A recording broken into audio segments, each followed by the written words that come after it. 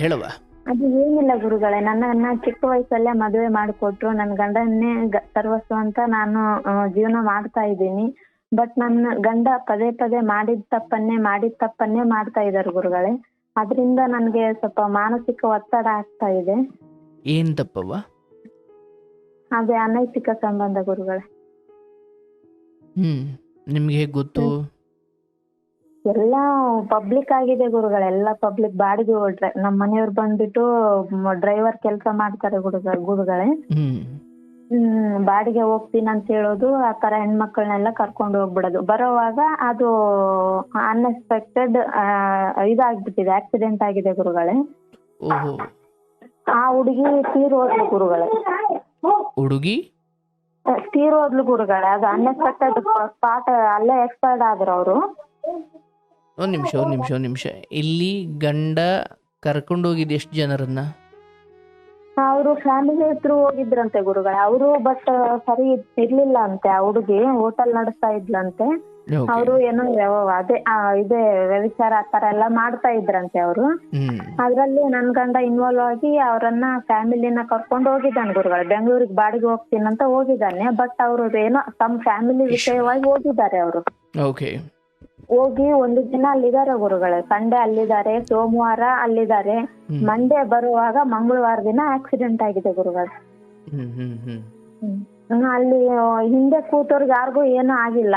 ಇವ್ರು ನಮ್ಮ ಮನೆಯವ್ರಿಗೂ ಬಹಳ ಎಚ್ಚರ ಇರ್ಲಿಲ್ಲ ಗುರುಗಳೇ. ಅವ್ರನ್ನ ಬದುಕಿಸ್ಕೊಂಡಿದ್ದೇ ನಾವು ದೊಡ್ಡ ಇದು ಆಗಿತ್ತು. ಅವಾಗ ಮನೆ ಮಾರಿ ಅಷ್ಟೆಲ್ಲ ಕಷ್ಟ ಬಿದ್ದು, ಅಂದ್ರೆ ಅವ್ರು ಉಳಿದ್ರೆ ಸಾಕಪ್ಪ ಅನ್ನೋಷ್ಟು ಕ್ರಿಟಿಕಲ್ ಸಂದರ್ಭಗಳನ್ನೆಲ್ಲ ಎದುರಿಸಿದೀವಿ ಗುರುಗಳೇ.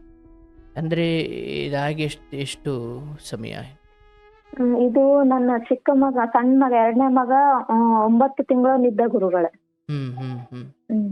ಮತ್ತೆ ಇದಕ್ಕಿಂತ ಮೊದ್ಲು 2 ಮಕ್ಳಿದ್ದಾರೆ ಗುರುಗಳೇ. 13 ವರ್ಷದವನೊಬ್ಬನ ಇದ್ದಾನೆ ಈಗ. ಆ ಮಗು 1.5 ವರ್ಷ ಮಗು ಇದು ಇನ್ನು ಹುಟ್ಟಿತ್ತು ಗುರುಗಳೇ. ಹುಟ್ಟಿ 3 ತಿಂಗಳಲ್ಲಿ ತೊಟ್ಲ ಮಾಡಿದ್ವಿ. ಇದೇ ತರ ಫ್ರೆಂಡ್ಸ್ ಜೊತೆ ಹೊರಗಡೆ ಡ್ರಿಂಕ್ಸ್ ಮಾಡ್ಲಿಕ್ಕೆ ಹೋಗಿ ಬೈಕ್ ಎಗ್ರೆಸ್ ಬಂಡಿ ಗುದ್ದಿ ಅನ್ಎಕ್ಸ್ಪೆಕ್ಟೆಡ್ ಅದು ಒಂದು ಆಕ್ಸಿಡೆಂಟ್ ಆಗಿ ಅದು ಒಂದು ಸಾವಾಯ್ತು ಗುರುಗಳೇ. ಸರ್ ಗುರುಗಳ. ಇವ್ರ ಹಿಂದೆ ನಮ್ಮ ಮನೆಯವರು ಹಿಂದೆ ಕೂತವ್ರು ಬೈಕಲ್ಲಿ ಅವರು ಬಿಟ್ಟಿದ್ದಾರೆ ಗುರುಗಳೇ. ಇವ್ರಿಗೆ ಕಾಲ್ ಫ್ರಾಕ್ಚರ್ ಆಯ್ತು ಆ ಟೈಮಲ್ಲಿ. ಅದು ಫಸ್ಟ್ ಆಯ್ತು ಗುರುಗಳೇ. ಇದು ಹುಡುಗಿದು 2ನೇ ಸಲ ಆಯ್ತು ಗುರುಗಳೇ. ಮತ್ತೆ ಈ ಹುಡುಗಿಯಿಂದ ಪ್ರಾಬ್ಲಮ್ ಏನಾಗಿದೆ ಅಂದ್ರೆ ಗುರುಗಳೇ, ಈ ಹುಡುಗಿಗೆ ಈಗ ಮದುವೆ ಆಗಿರೋ ಈಗ ನನ್ ಗಂಡ. ನನ್ ಧ್ವನಿ ಕೇಳಿಸ್ತೈತನವಾ? ಆ ಗುರುಗಳೇ, ನನ್ ಧ್ವನಿ ಕೇಳಿಸ್ತೈತಾ? ಕೇಳಿಸ್ತಾ ಇದೆ. ನಾನು 1 ನಿಮಿಷ ಅಂತ ಇನ್ನು ಮಾತಾಡ್ಕೊಂಡು ಹೋಗ್ತಲೇ ಇದೆಯಾ? ಹೇಳಿ ಗುರುಗಳೇ. ನೀವು ಮದುವೆ ಆದಾಗ ನಿಮ್ಗೆ ಎಷ್ಟು ವರ್ಷ? ನಂದು ಗುರುಗಳೇ 10th ಅಲ್ಲಿ ಎಂಗೇಜ್ಮೆಂಟ್ ಮಾಡಿದ್ರು ಗುರುಗಳೇ. ಫಸ್ಟ್ ಇಯರ್ ಎಕ್ಸಾಮ್ ಮುಗಿತು, ಮ್ಯಾರೇಜ್ ಮಾಡಿಬಿಟ್ರು ಗುರುಗಳೇ. 18 ವರ್ಷಕ್ಕೆ ಆಗಿದೆ ಮದುವೆ. ಓಕೆ, ಬಟ್ ಮದುವೆಗೆ ಮುಂಚೆ ಇಂಥದ್ದೊಂದು ವಿಚಾರ ನಿಮಗೆ ಗೊತ್ತಿರ್ಲಿಲ್ಲ? ಹೊರಗಡೆಯಿಂದ ಹೇಳಿದ್ರು ಗುರುಗಳೇ, ಹುಡುಗ ಸರಿ ಇಲ್ಲ, 1ನೇ ಮಗ ಇದಾನ, ಜವಾಬ್ದಾರಿ ಇಲ್ಲ, ಕೊಡಬೇಡಿ ಅಂತ ಹೇಳಿದ್ರು ಗುರುಗಳೇ. ಹೊರಗಡೆ ಎಲ್ಲ.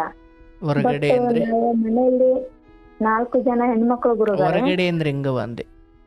ಅಂದ್ರೆ ಜನ ಗುರುಗಳೇ. ಓಕೆ, ಹೊರಗಡೆ ಜನ ನಿಮ್ ಮನೆಯವ್ರಿಗೆ ಹೇಳಿದ್ದು ಅಂತ? ಗುರುಗಳೇ.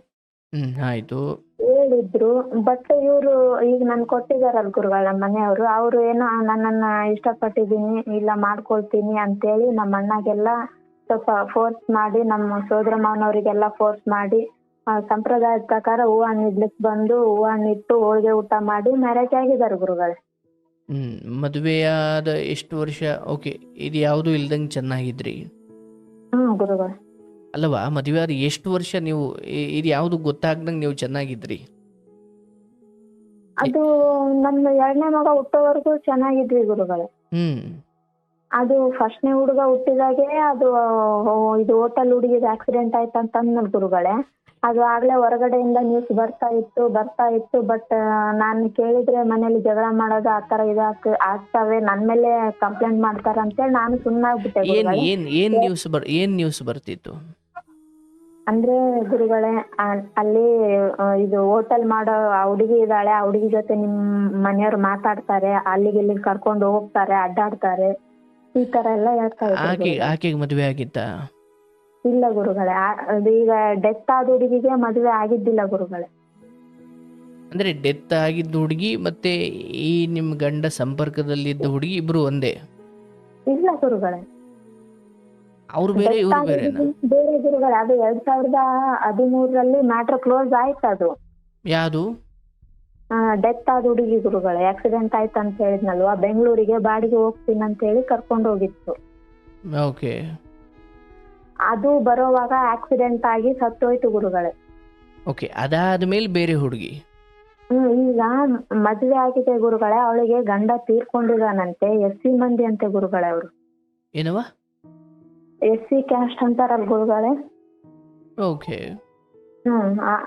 ಅದೇನೋ ಮಾದರಿ ಜನ ಅಂತಾರಲ್ವಾ, ಸ್ಟೇಷನ್ ಅಲ್ಲಿ ಅವ್ರಿಗೇನೋ ಪವರ್ ಬಾಳ ಇರುತ್ತಂತೆ. ಹೌದಾ?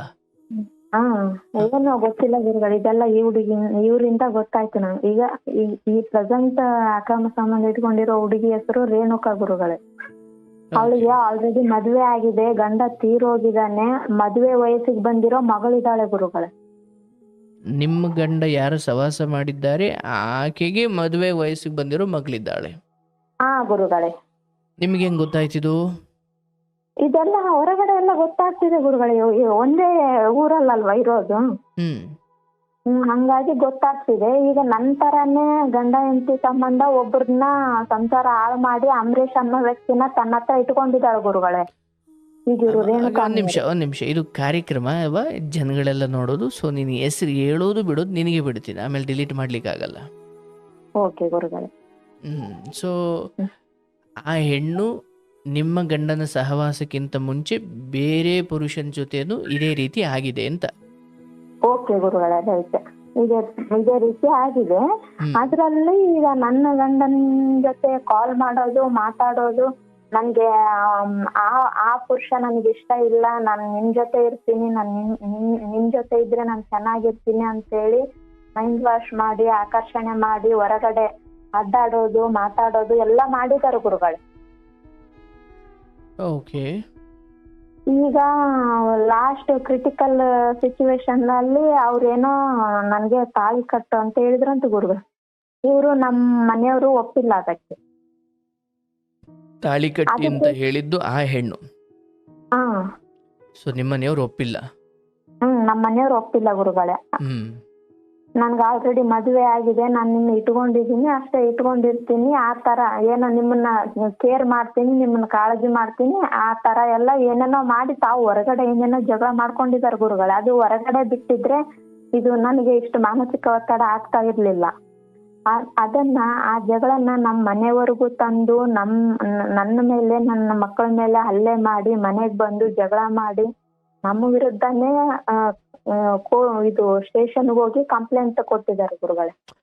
ಒಂದ್ ನಿಮಿಷ ಇಲ್ಲಿ ತಾಳಿ ಕಟ್ಟಿ ಅಂತ ಹೇಳಿದ್ದು ಆಕೆ, ಕಟ್ಟಲ್ಲ ಅಂದಿದ್ದು ಗಂಡ, ಬಟ್ ಇಲ್ಲಿ ಮನೆಗೆ ಬಂದು ಹೊಡೆದಿದ್ದು ಇದೆಲ್ಲ ನಿನ್ನ ಗಂಡನ ಮಾಡಿದ್ದು? ಗುರುಗಳು ಇವರು ಇದಾರ ಅದರಲ್ಲಿ, ಇವ್ರಿದ್ದಕ್ಕೆ ಅಲ್ವಾ ಗುರುಗಳು ಇಷ್ಟೆಲ್ಲ ಆಗಿದ್ದು? ಅಲ್ಲವ, ನನ್ನ ಪ್ರಶ್ನೆ ಕೇಳಿಸ್ಕೊ. ಮನೆಗೆ ಬಂದಿದ್ದು ಕಂಪ್ಲೇಂಟ್ ಕೊಟ್ಟಿದ್ದೆಲ್ಲ ಆಕೆನೋ ನಿನ್ನ ಗಂಡನೋ? ನನ್ ಗಂಡ ಅಲ್ಲ ಗುರುಗಳ, ಇನ್ನೊಬ್ಬ ಪುರುಷ ಇದಾನಂತ ಹೇಳಿದ್ನಲ್ವಾ, ಆ ಪುರುಷನ್ ಜೊತೆ ಬಂದಿದ್ದಾರೆ ಇವರು. ನನ್ಗೆ ಅರ್ಥವಾಗ್ಲಿಲ್ಲವ ಗುರುಗಳೇ. ನನ್ ಸಂಸಾರ ತರ ಇನ್ನೊಂದು ಸಂಸಾರನ ಹಾಳು ಮಾಡಿ ಅವನನ್ನ ನನ್ ಗಂಡ ಅಂತ ತನ್ನ ಹತ್ರ ಇಟ್ಕೊಂಡಿದ್ದಾಳೆ ಗುರುಗಳೇ. ಅವ್ರನ್ನ ಅವಾಯ್ಡ್ ಮಾಡೋದು, ನನ್ ಗಂಡನಿಗೆ ಕಾಲ್ ಮಾಡೋದು, ನನ್ ಗಂಡನ ಅವಾಯ್ಡ್ ಮಾಡೋದು. ಅರ್ಥ ಆಯ್ತವ? ಅದು ಅವನ ಜೊತೆ ಇದ್ರೆ ಚೆನ್ನಾಗಿರಲ್ಲ, ನಿನ್ನ ಜೊತೆ ಇದ್ರೆ ಚೆನ್ನಾಗಿರೋದು ಅಂತ. ನಿಮ್ಮ ಗಂಡನ ಜೊತೆ ಬಂದ್ರು, ತಾಳಿ ಕಟ್ಟು ಅಂದ್ರು, ಈತ ಕಟ್ಟಲ್ಲ ಅಂದ್ರು, ಸರಿ, ಇದೆಲ್ಲ ಆಯ್ತು. ಈಗ ಮನೆಗೆ ಬಂದಿದ್ದು ಅಥವಾ ಬೈದಿದ್ದು, ನಮ್ಮನೆಯವ್ರಿಗೆಲ್ಲ ಗೊತ್ತಾಗಂಗ್ ಮಾಡಿದ್ದು, ಕಂಪ್ಲೇಂಟ್ ಕೊಟ್ಟಿದ್ದು ಅಂತ ಹೇಳಿದ್ರಲ್ಲ, ಈ ಕಂಪ್ಲೇಂಟ್ ಕೊಟ್ಟಿದ್ದು, ಬೈದಿದ್ದು ಇದೆಲ್ಲ ನಿನ್ನ ಗಂಡನೋ ಅಥವಾ ಆ ಹೆಣ್ಣು? ಆ ಹೆಣ್ಣು ಗುರುಗಳೇ. ಓಹೋ, ಏನಂತ ಬಂದಿದ್ದು? ಅಂದ್ರೆ ನಿಮ್ಮ ಮನೆಗೆ ಬಂದು ನಿಮಗೆ ಬೈದ್ರ? ಗುರುಗಳೇ, ನಮಗೆ ಬೈದು ಏನಂತ? ಈಗ ಆಲ್ರೆಡಿ ಇದೇ ಒಂದು ನಂಬರ್ ಇಂದ, ಇದೇ ಹೆಣ್ಣಿನ ವಿಷಯದಿಂದ ನಮ್ಮ ಸಂಸಾರದಲ್ಲಿ ಬಿಟ್ಬಿಟ್ಟಿದೆ ಗುರುಗಳೇ.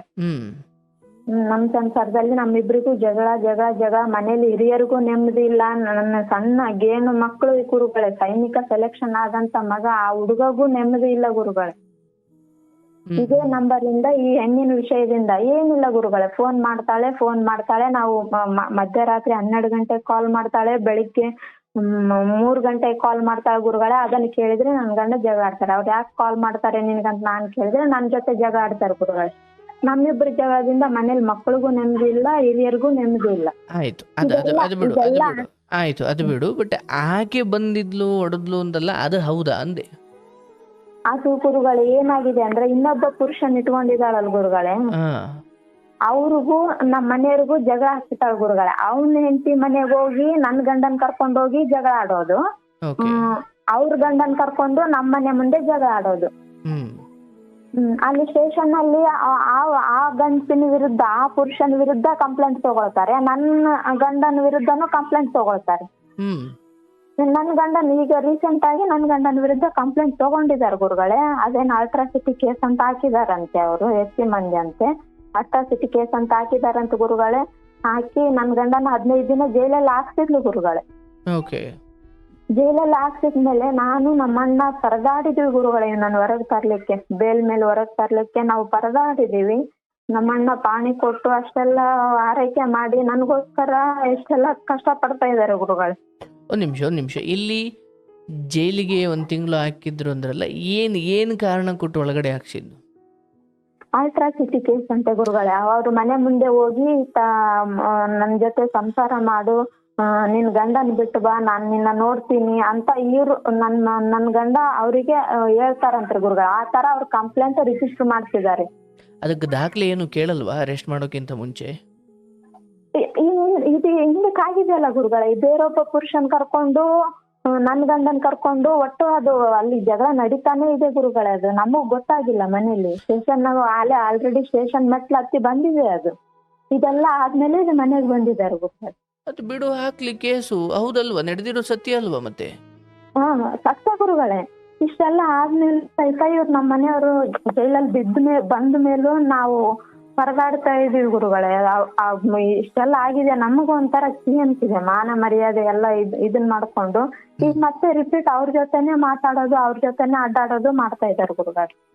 ಅಂದ್ರೆ ಯಾವ ಹೆಣ್ಣು ಜೈಲ್ಗೆ ಹಾಕ್ಸುದ್ಲೋ ಅದೇ ಹೆಣ್ಣಿನ ಜೊತೆ ಮತ್ತೆ ಓಡಾಟ. ಗುರುಗಳೇ. ನೀನು ಹೋಗಿ ಆ ಹೆಣ್ಣಿನ ಮೇಲೆ ಕಂಪ್ಲೇಂಟ್ ಕೊಡು ಮತ್ತೆ. ನಮ್ಮ ಮನೆಯವ್ರು ಬಿಡ್ತಾ ಇಲ್ಲ ಗುರುಗಳೇ, ತವ್ರ ಮನೆಯವ್ರು ಬಿಡ್ತಾ ಇಲ್ಲ. ನಿನ್ ಗಂಡನ್ನೇ ಮರ್ತು ಬಿಡು, ನೀನು ತವ್ರ ಮನೇಲಿ ದುಡ್ಕೊಂತೀನಿ, ನಿನ್ ಗಂಡನ್ನೇ ಮರ್ತು ಬಿಡು, ಅವನು ಬದ್ಲಾಗೋದೇ ಇಲ್ಲ. ಮದುವೆ ಆವಾಗಿಂದನು ಇದೇ ಸಮಸ್ಯೆ ನಿಂದು. ಕೋರ್ಟ್ ಕಚೇರಿ ಸ್ಟೇಷನ್ ಏನು ಬೇಡ, ನೀನ್ ಆರಾಮ್ ದುಡ್ಕಂತ ತವ್ರ ಮನೇಲೇ ಇದ್ದು ಬಿಡು ಅಂತ ಹೇಳ್ತಾರೆ ಗುರುಗಳು. ಅಲ್ಲವಾ, ಗಂಡ ಬದಲಾಗಬೇಕು ಅಂದರೆ ಹೆಂಡತಿಯಾಗಿ ಇಂಥದ್ದೊಂದು ಕೆಲವೊಮ್ಮೆ ಗಟ್ಟಿ ನಿರ್ಧಾರ ತಗೊಳ್ಬೇಕು. ಈಗ ಅವ್ರ ಮನೆಯವರೇ ಹೇಳ್ತಾರೆ, ಈಗ ಅವ್ರು ನಿಮ್ಮ ಮೇಲೆ ಕಾಳಜಿನೋ ಅಥವಾ ಇದೆಲ್ಲ ಯಾಕೆ ರಾದ್ದ ಅಂತಲೋ ಏನೋ ಹೇಳ್ತಾರೆ. ಬಟ್ ಗಂಡನನ್ನ ಮಾತಿನ ಮೂಲಕ ಸರಿ ಮಾಡೋಕ್ಕಾಗದೇ ಇದ್ದಾಗ, ಮಾತಿಗೆ ಬಗ್ಗದೇ ಇದ್ದಾಗ ಕಾನೂನಿನ ದಂಡವನ್ನು ಬಳಸಬೇಕು. ನೀನು ಆಕೆ ಮೇಲೊಂದು ಕಂಪ್ಲೇಂಟ್ ಕೊಟ್ಟು ನಿನಗಾಗಿರೋ ಅನ್ಯಾಯವನ್ನು ತೋಡ್ಕೊಂಡು, ಅಂದರೆ ಸಹಜವಾಗಿ ಈ ಕಂಪ್ಲೇಂಟ್ ಅಂದಾಗಲೇ ಅದು ಸಮಾಜದ ನಡುವೆನೇ ಒಂಥರ ಎಲ್ಲರಿಗೂ ಗೊತ್ತಾಗಂಗೆ ಹೋರಾಡೋ ಒಂದು ಕರ್ತವ್ಯ.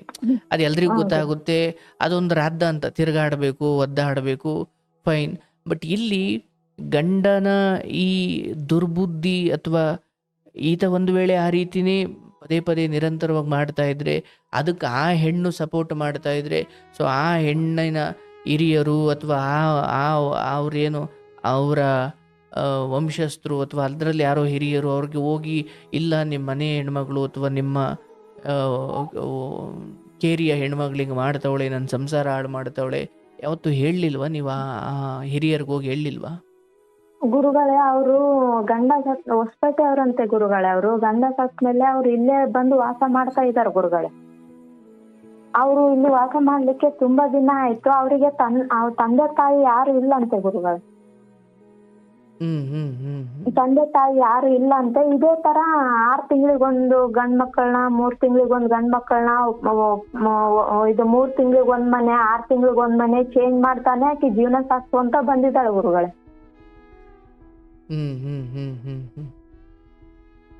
ಈಗ ಅವ್ರು SC ಮಂದಿ ಅಂತ ಹೇಳಿದ್ದಕ್ಕೆ ಪೊಲೀಸ್ ಸ್ಟೇಷನ್ ಅಲ್ಲಿ ಸಹಿತ ನಮಗ್ ಗೌರವ ಕೊಡ್ತಾ ಇಲ್ಲ ಗುರುಗಳೇ. ಯಾಕಂದ್ರೆ ಅವ್ರದ್ದೇ ನಡೆಯುತ್ತೆ, ಅವ್ರ ಕಂಪ್ಲೇಂಟೇ ನಡೆಯುತ್ತೆ. ಈಗ ಈಗ ಈಗ ನನಗೆ ಹೆಂಗ್ ಅನ್ಯಾಯ ಆಗಿದೆ ಗುರುಗಳೇ, ಇನ್ನೊಬ್ಬ ಪುರುಷನ್ನ ತನ್ನ ಗಂಡ ಅಂತ ವಶ ಮಾಡ್ಕೊಂಡಿದ್ದಾಳಲ್ ಗುರುಗಳೇ, ಆ ಹೆಣ್ಣು ಸಹಿತ ಇದೇ ತರ ಮಕ್ಕಳನ್ನ ತಗೊಂಡು ಬೇರೆ ಮನೆ ಮಾಡ್ಕೊಂಡು ಕಷ್ಟದಲ್ಲಿ ಜೀವನ ನಡೆಸ್ತಾ ಇದಾರೆ ಗುರುಗಳೇ ಅವರು ಸಹಿತ.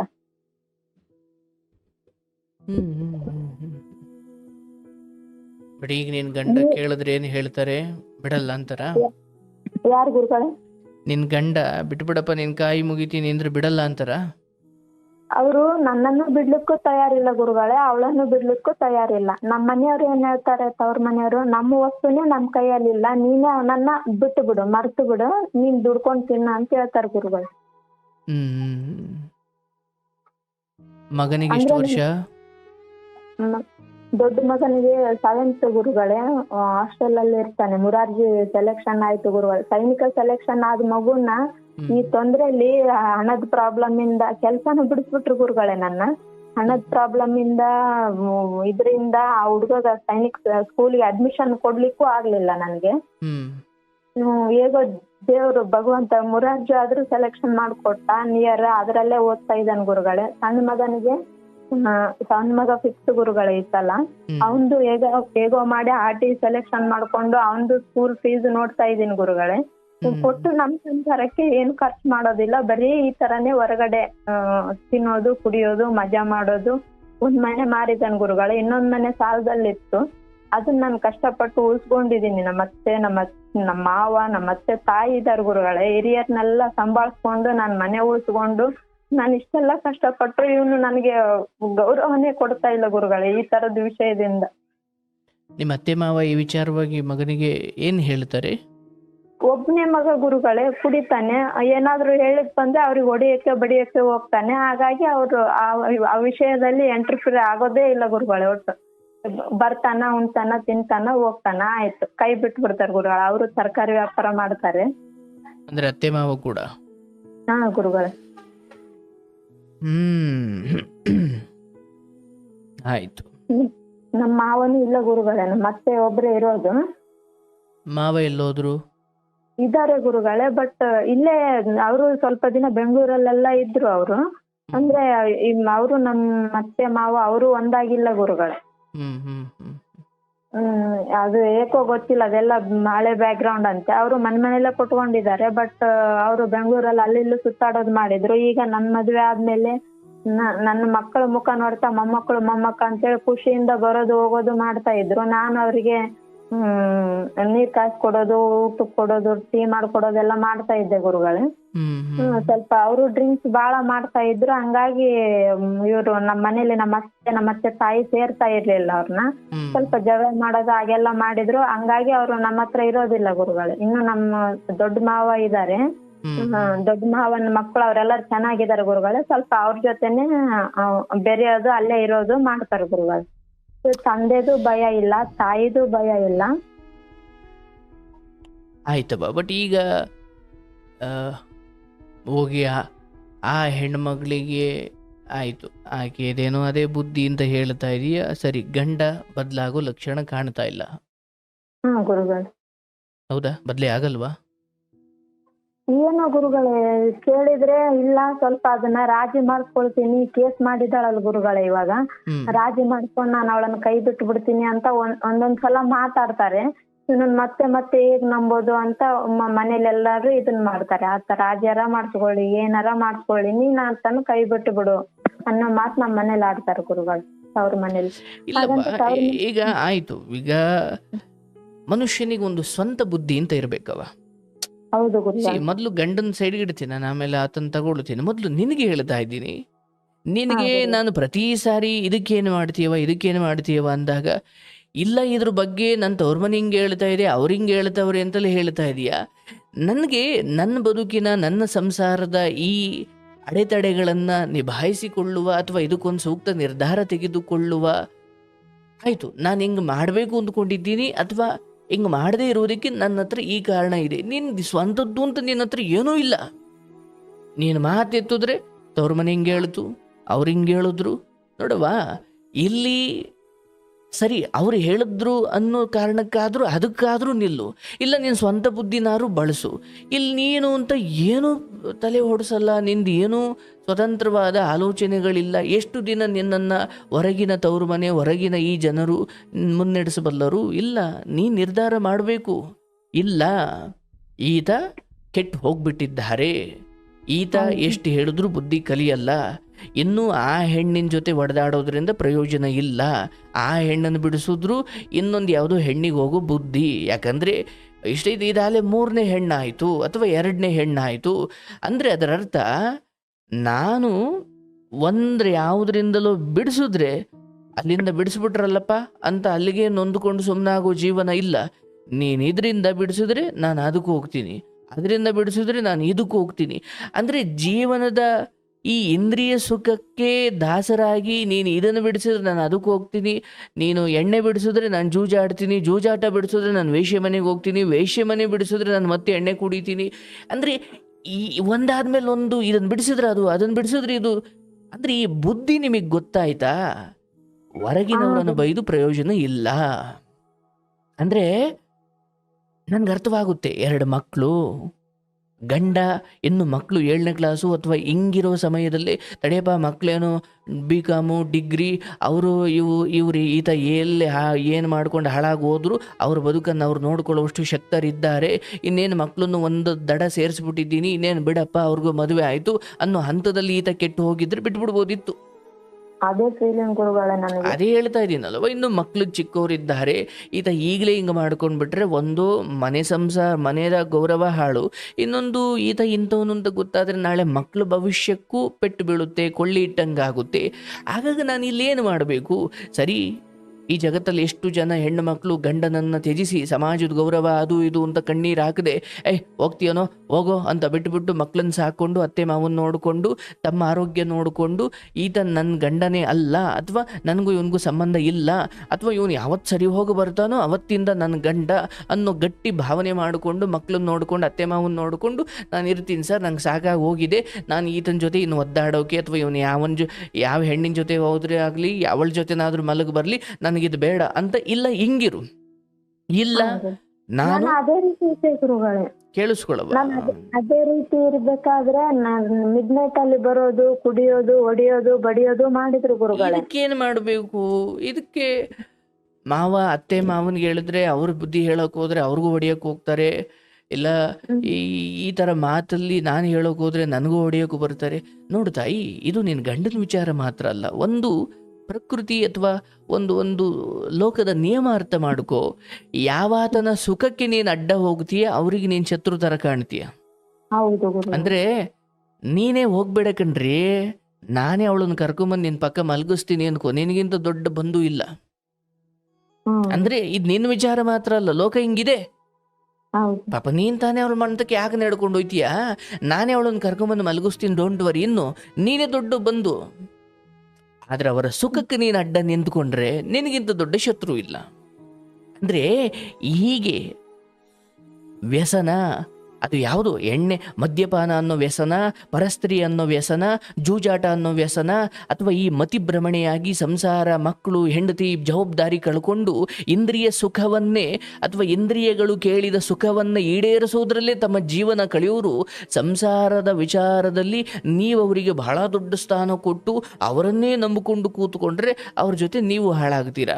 ಅವ್ರ ವ್ಯಕ್ತಿತ್ವ ಏನಾಗಿದೆ, ವಲ್ಸೆದ್ದು ಹೋಗಿದೆ, ಈಗ ಅವರು ಯೋಗ್ಯರಲ್ಲ, ಇಂಥದ್ದೇನು ಬಹಳ ಖಚಿತವಾಗಿ ಕಂಡು ಬಂದಾಗ ನೀವೊಂದು ಗಟ್ಟಿ ನಿರ್ಧಾರ ಮಾಡಬೇಕು. ನೋಡು ತಾಯಿ, ಲೋಕದಲ್ಲಿ ಇವತ್ತು ನೀನೇ ಕಾರ್ಯಕ್ರಮ ಕೇಳಿರೋ ನಿನಗೆ ಗೊತ್ತಾಗುತ್ತೆ, ಯಾವ ಹೆಣ್ಣು ಮಕ್ಕಳು ಏನೋ ಮದುವೆ ಆಗೋ ಸಮಯದಲ್ಲಿ ಎಲ್ಲ ಚೆನ್ನಾಗಿದೆ ಅಂತ ಆದರೂ ಹೋಗ್ತಾ ಹೋಗ್ತಾ ಹೋಗ್ತಾ ಹೋಗ್ತಾ ಎಂಥ ಅಯೋಗ್ಯ, ಎಂಥ ಅನಾಚಾರದ ಮನುಷ್ಯ, ಎಂಥ ದುರ್ನಡತೆ ಇರುವ ಮನುಷ್ಯ ಅಂತ ಗೊತ್ತಾದ ಮೇಲೆ 2 ಮಕ್ಕಳನ್ನ ಕರ್ಕೊಂಡು ಅವ್ರ ಜೀವನ ಅವ್ರು ನೋಡಿಕೊಂಡು ಅವ್ರ ಸಂತೋಷವನ್ನು ಅವರು ಹುಡುಕೊಂಡಿದ್ದಾರೆ. ಆದರೆ ಇಲ್ಲಿ ಎಸ್ಪೆಷಲಿ ಒಂದು ಹೆಣ್ಣಿನ ವಿಚಾರದಲ್ಲಿ ತೀರಾ ಚಟ, ವ್ಯಸನ ಅಥವಾ ಚಪಲ ಜಾಸ್ತಿ ಆಗಿಬಿಟ್ರೆ ಹೆಂಡತಿಯನ್ನ ಕೊಂದಾದ್ರೂ ಸರಿ ಅವಳನ್ನು ಒಳಗಡೆ ಅವಳು ಸುಖ ಬೇಕು, ಅಥವಾ ಅಂದ್ರೆ ಯಾರು ಅಡ್ಡ ಬರ್ತಾರೋ ಅವ್ರು ಹೆಂಡತಿ ಆದ್ರೇನು, ಮಕ್ಕಳಾದ್ರೇನು, ಅಪ್ಪ ಅಮ್ಮ ಆದ್ರೇನು, ನನ್ನ ಇಂದ್ರಿಯ ಸುಖಕ್ಕೆ ಅಡ್ಡ ಬರೋ ತಂದೆಯಾದ್ರೂ ನಾನು ಅವ್ರನ್ನ ಕೊಲ್ತೀನಿ ಅನ್ನುವಷ್ಟು ಹಾಳು ಮಾಡುತ್ತೆ ಈ ದುಶ್ಚಟಗಳು. ಇದು ಏನು ನಿನಗೆ ಗೊತ್ತಿಲ್ಲದೆ ಇರುವುದೇನಲ್ಲ. ಆದರೆ ನೀನು ಅರ್ಥ ಮಾಡ್ಕೋ, ಈ ಸಮಯದಲ್ಲಿ ಕೆಲವೊಂದನ್ನು ತ್ಯಾಗ ಮಾಡಬೇಕಾಗುತ್ತವ.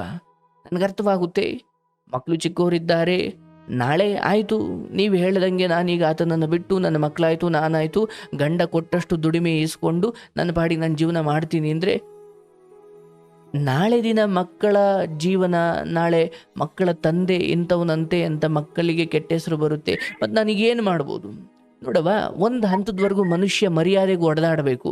ಆದರೆ ಮರ್ಯಾದೆಗೂ ಮೀರಿ ಪ್ರಾಣ ಉಳಿಸ್ಕೊಳ್ಳೋದೇ ಮೊದಲ ಆದ್ಯತೆ, ಹೌದಲ್ಲ? ಪ್ರಾಣ ಉಳಿದ್ರೆ ಮರ್ಯಾದೆ, ಪ್ರಾಣ ಉಳಿದಿದ್ರೆ ತವ್ರ ಮನೆ, ಪ್ರಾಣ ಉಳಿದಿದ್ರೆ ಗೌರವ, ಮರ್ಯಾದೆ, ಅವಮಾನ. ನೀನೇ ಇಲ್ಲ, ನಿನ್ನನ್ನು ಏನೋ ಮಾಡಿಬಿಟ್ಟ ಅನ್ನೋ ಮಟ್ಟಕ್ಕೆ ಹೋದಾಗ ನೀನು ಬದುಕಿರೋದ್ರಿಂದಲೇ ನಿನಗೆ ಇವೆಲ್ಲ ಅನುಭವಕ್ಕೆ ಬರ್ತಾ ಇದೆ.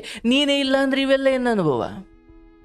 ಅಂದರೆ ಈತನನ್ನು ಸರಿ ಮಾಡಿಕ್ಕೆ ಅಥವಾ ಈತನನ್ನು ಮನುಷ್ಯನನ್ನಾಗಿ ಮಾಡಲಿಕ್ಕೆ ಹೋಗುವ ದಾರಿಯಲ್ಲಿ ನಿನ್ನ ಪ್ರಾಣಕ್ಕೂ ಕೊಂಟಕ ಅಥವಾ ನಿನ್ನ ಪ್ರಾಣ ಹೋಗುವ ಗಳಿಗೆಗಳು ಅಥವಾ ಅಂಥ ಪರಿಸ್ಥಿತಿ ನಿರ್ಮಾಣವಾಗ್ತಿದೆ ಎಂದಾಗ ನಿನ್ನ ಪ್ರಾಣವನ್ನು ಉಳಿಸ್ಕೊಳ್ಳೋದೇ ಮೊದಲ ಆದ್ಯತೆ.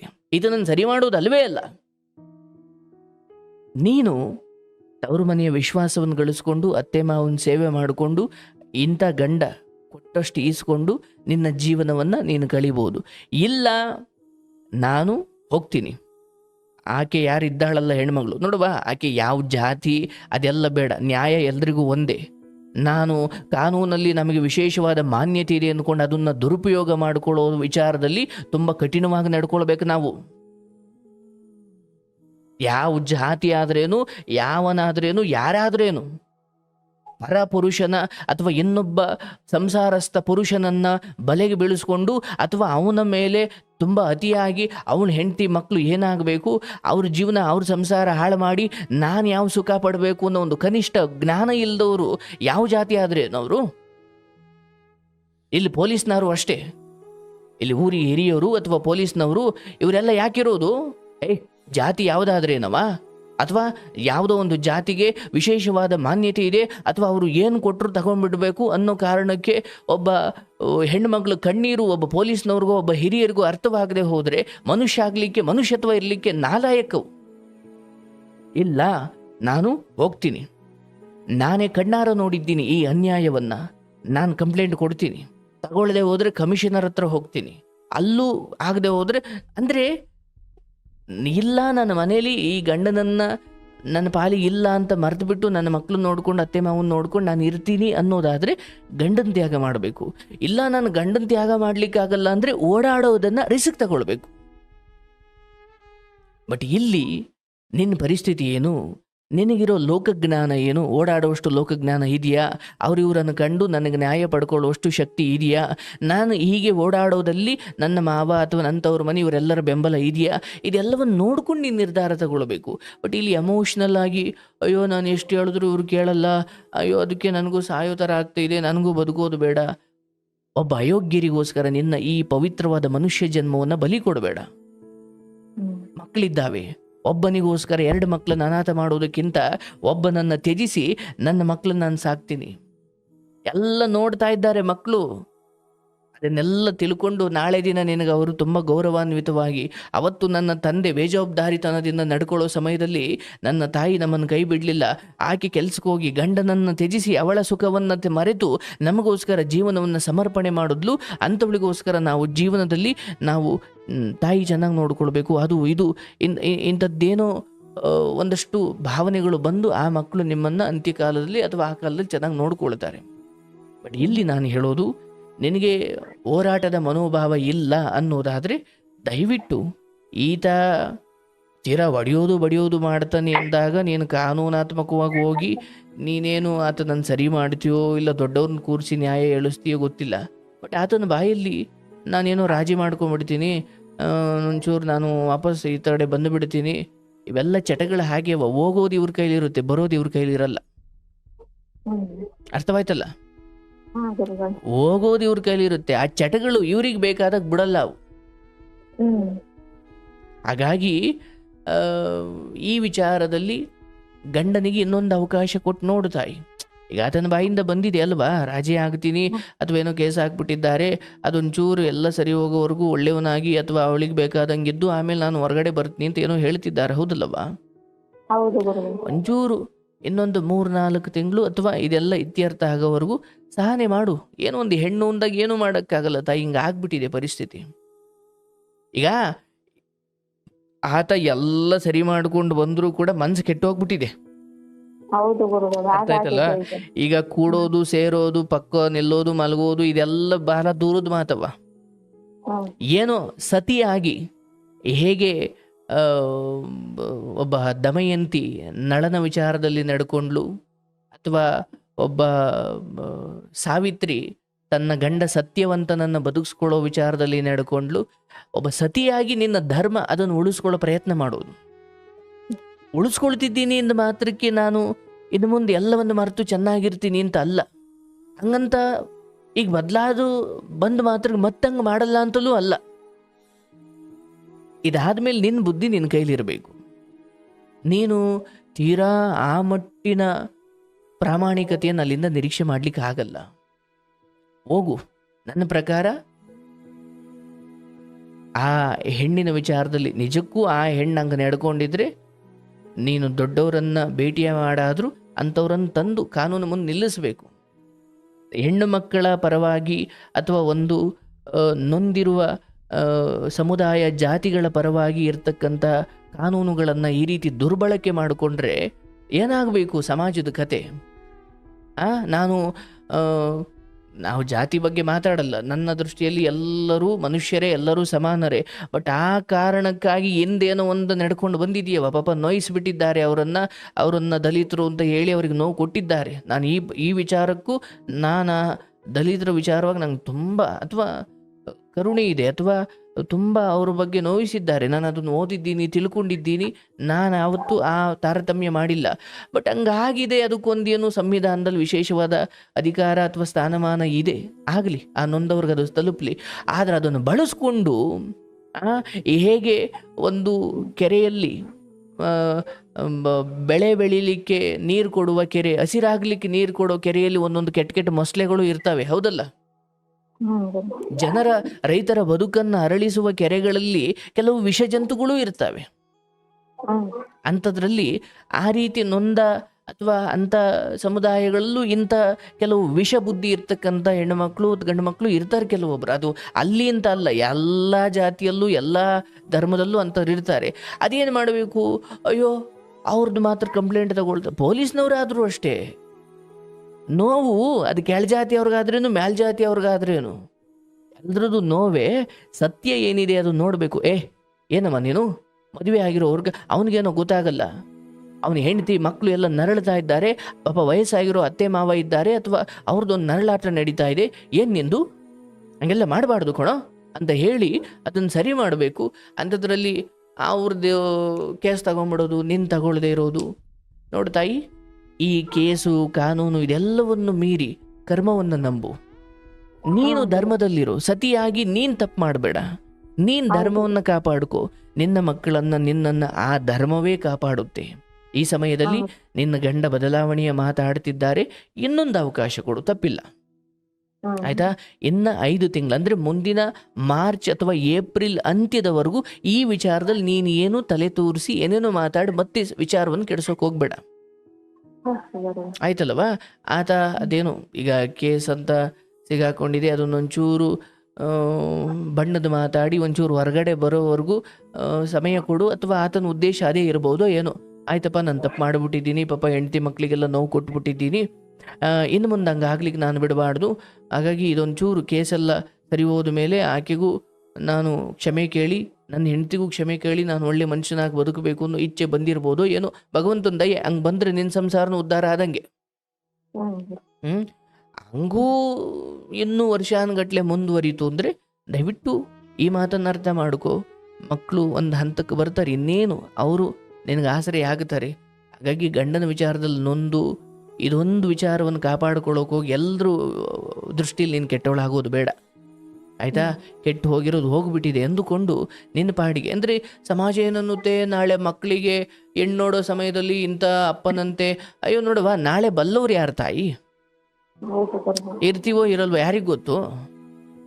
ಹಾಗಾಗಿ ಸದ್ಯದ ಪರಿಸ್ಥಿತಿಯಲ್ಲಿ ತೀರಾ ಹದಗೆಡ್ದಂಗೆ ನೋಡಿಕೊಂಡು ಮಕ್ಕಳಿಗೆ ಒಂದೊಳ್ಳೆ ಎಜುಕೇಷನ್ ಕೊಡಿಸಿ, ಏನೋ ಒಂದೊಳ್ಳೆ ಹಿತವಾದ ಮಾತಾಡಿಕೊಂಡು, ಅಂದರೆ ನೀನು ಗಂಡನ ಜೊತೆ ಚೆನ್ನಾಗಿ ಮಾತಾಡದೆ ಅಂದ್ರೆ ಅರ್ಥ ಆತನ ಅನ್ಯಾಯಗಳನ್ನು ಸಹಿಸ್ಕೊಳ್ತಿದ್ದೀಯಾ ಅಥವಾ ಕ್ಷಮಿಸಿಬಿಟ್ಟಿದ್ದೀಯಾ ಅಂತ ಅಲ್ಲ.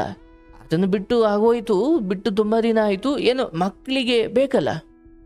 ಹೌದು ಗುರುಗಳೇ. ಕೆಲವೊಮ್ಮೆ ನಾವು ನಮ್ಮ ಭಾವನೆಗಳನ್ನು ತ್ಯಾಗ ಮಾಡಬೇಕಾಗುತ್ತೆ. ಹೌದು. ಹಾಗಾಗಿ ಈ ಪರಿಸ್ಥಿತಿಯಲ್ಲಿ ಒಂಚೂರು ಸಮಯ ಕೊಡವ, ಎಲ್ಲ ಒಂದು ಹಂತಕ್ಕೆ ಬರಲಿ. ನಿನ್ನ ಕಣ್ಣೀರು ಭಗವಂತನಿಗೆ ತಲುಪಿ ಆ ಹೆಣ್ಣು ಮಗಳಿಗೂ ಅಥವಾ ಆ ಕಡೆ ಇರೋ ಹೆಣ್ಣು ಮಗಳಿಗೂ ಬುದ್ಧಿ ಬಂದು ಇನ್ನೊಂದು ಸಂಸಾರ ಹಾಳು ಮಾಡಿದ್ರೆ ಭಗವಂತ ಕಡೇ ಸಮಯದಲ್ಲಿ ನನ್ನ ನರಕ ತೋರಿಸ್ತಾನೆ. ಆ ಪುರುಷ ಈ ಪುರುಷ, ಅವನು ಇವನು, ಅದು ಆ ಹೆಣ್ಣು ಮಗಳು ಅಂತ ಅಲ್ಲ, ಯಾರಾದರೂ ಅಷ್ಟೇ, ಇವನಾದ್ಮೇಲೆ ಇವನು, ಇವನಾದ್ಮೇಲೆ ಇವನು, ಅಂಥವರಿಗೆ ಕಡೆಯಲ್ಲಿ ಆ ಪುರುಷರ ಕಾರಣಕ್ಕಾಗಿ ಜೀವನ ನರಕವಾಗುತ್ತೆ. ಹಾಗಾಗಿ ಕರ್ಮಕ್ಕೆ ಬಿಟ್ಟುಬಿಡವ, ಆಯಿತು. ಇಲ್ಲಿ ಬಲಶಾಲಿಗಳೆಲ್ಲ ತಮ್ಮ ಅಧಿಕಾರ, ತಮ್ಮ ಶಕ್ತಿ ಇದನ್ನು ತೋರಿಸಿ ನಿನ್ನ ಮೇಲೆ ದೌರ್ಜನ್ಯ ಮಾಡ್ತವ್ರ. ಇವರ ಅಧಿಕಾರ, ಇವರ ದೌರ್ಜನ್ಯಕ್ಕಿಂತ ಕರ್ಮ ಕೋಟಿ ಕೋಟಿ ಪಟ್ಟು ಶಕ್ತಿವಂತ ತಾಯಿ. ಅರ್ಥ ಆಯ್ತಲ್ಲ? ನಮ್ಮ ಅಧಿಕಾರವನ್ನು ಅಥವಾ ನಮಗಿರೋ ಸಂವಿಧಾನಾತ್ಮಕ ಅವಕಾಶಗಳನ್ನು ನಾನು ದುರ್ಬಳಕೆ ಮಾಡ್ಕೊಳ್ತೀನಿ, ನಾನು ಆಟ ಆಡಿಸ್ಬಿಡ್ತೀನಿ ಅನ್ನೋ ಯಾವುದೇ ಮನಸ್ಥಿತಿಗೂ ಅರ್ಥ ಮಾಡ್ಕೊಳ್ಬೇಕು. ಇವೆಲ್ಲವಕ್ಕೂ ಮೀರಿದ ಇನ್ನೊಂದು ಕರ್ಮ ಇದೆ, ಅದನ್ನು ಯಾರು ತಪ್ಪಿಸೋಕ್ಕಾಗಲ್ಲ. ಒಳ್ಳೇದು ಮಾಡಿದ್ರೆ ಒಳ್ಳೆಯದು, ಕೆಟ್ಟದ್ದು ಮಾಡಿದ್ರೆ ಕೆಟ್ಟದ್ದು. ಅದು ಕ್ರಿಯೆಗೆ ಪ್ರತಿಕ್ರಿಯೆ, ಅಥವಾ ಕರ್ಮಕ್ಕೆ ಕೆಟ್ಟ ಕರ್ಮಕ್ಕೆ ಕೆಟ್ಟ ಫಲ, ಪುಣ್ಯ ಕರ್ಮಕ್ಕೆ ಪುಣ್ಯ ಫಲ. ಅದನ್ನು ಯಾರೂ ತಪ್ಪಿಸ್ಲಿಕ್ಕಾಗಲ್ಲ.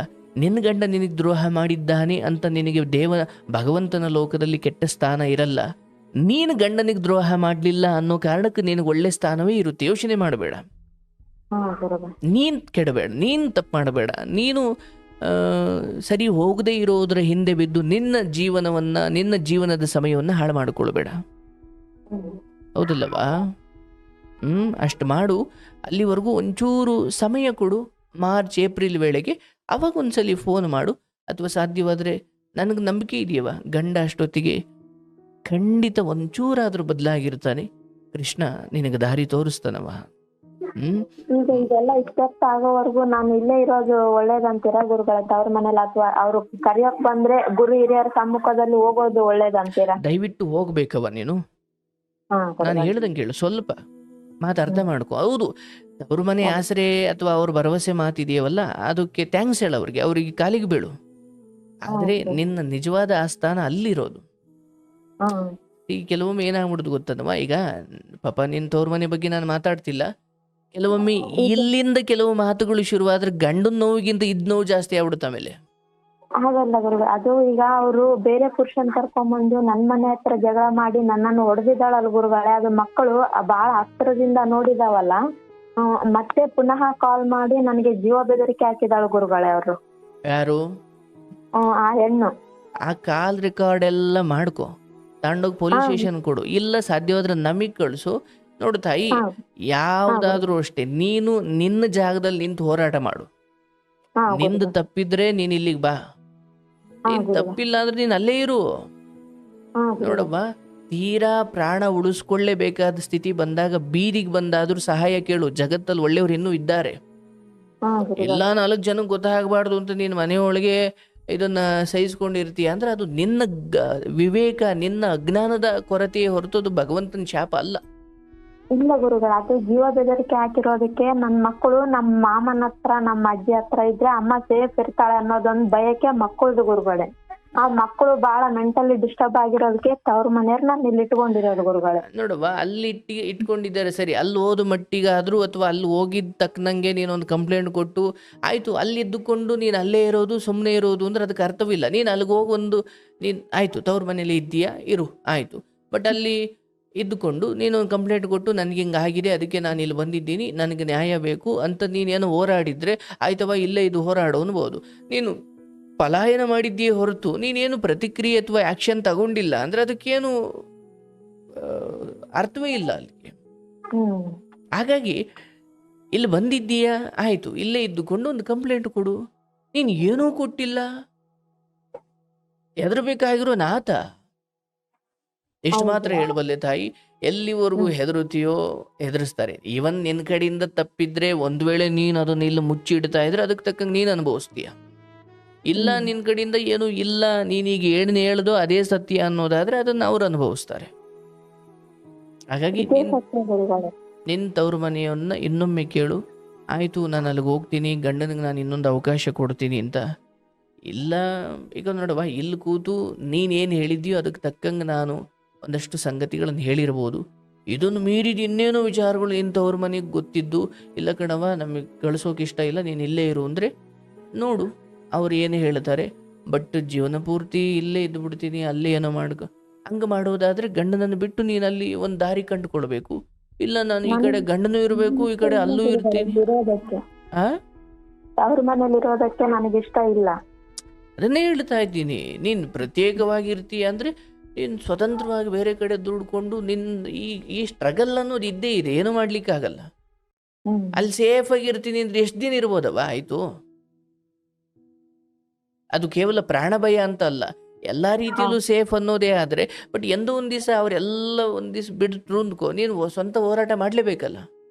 ಹ್ಮ್ ಹಾಗಾಗಿ ನನ್ನ ಪ್ರಕಾರ ಅವರು ಪ್ರಾಣ ಬೆದರಿಕೆ ಹಾಕೋದು ಇದನ್ನೆಲ್ಲ ಹಿರಿಯರಿಗೆ ತಿಳಿಸಿ, ಪೊಲೀಸ್ನವ್ರಿಗೆ ತುಂಬ ತಿಳಿಸಿ, ಇಲ್ಲ ಸಾಧ್ಯವಾಗಲಿಲ್ಲ ಅಂದರೆ ಚಾನಲ್ಗಳಿಗೆ ಕೊಟ್ಟು ಒಂದು ಆ ಹಂತಕ್ಕೆ ಅಧಿಕಾರವನ್ನು ಅಥವಾ ಕಾನೂನನ್ನು ದುರ್ಬಳಕೆ ಮಾಡಿಕೊಳ್ಳೋ ಯಾವನಾದರೂ ಅಷ್ಟೇ ಶಿಕ್ಷೆ ಅನುಭವಿಸ್ಲೇಬೇಕು.